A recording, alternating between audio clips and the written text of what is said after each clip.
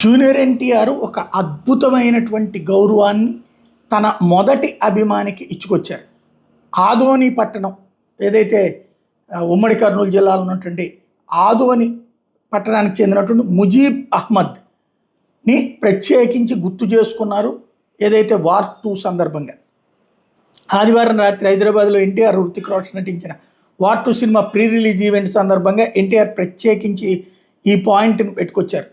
తను ముందు బాలరామాయణంలో చేశాడు, అప్పుడు వేరు. ఆ తర్వాతన హీరోగా చేసిన తొలి సినిమా నిన్ను చూడాలనే చిత్రం. అది రామోజీ గారు తీసినటువంటి సినిమా. నిన్ను చూడాలనే చిత్రంతో హీరోగా నా కెరీర్ మొదలైంది. రామోజీరావు గారు తన బ్యానర్లో నన్ను పరిచయం చేశారు. భౌతికంగా ఆయన లేకున్నా ఆయన చల్లని చూపు మన పైన ఎప్పటికీ ఉంటుంది.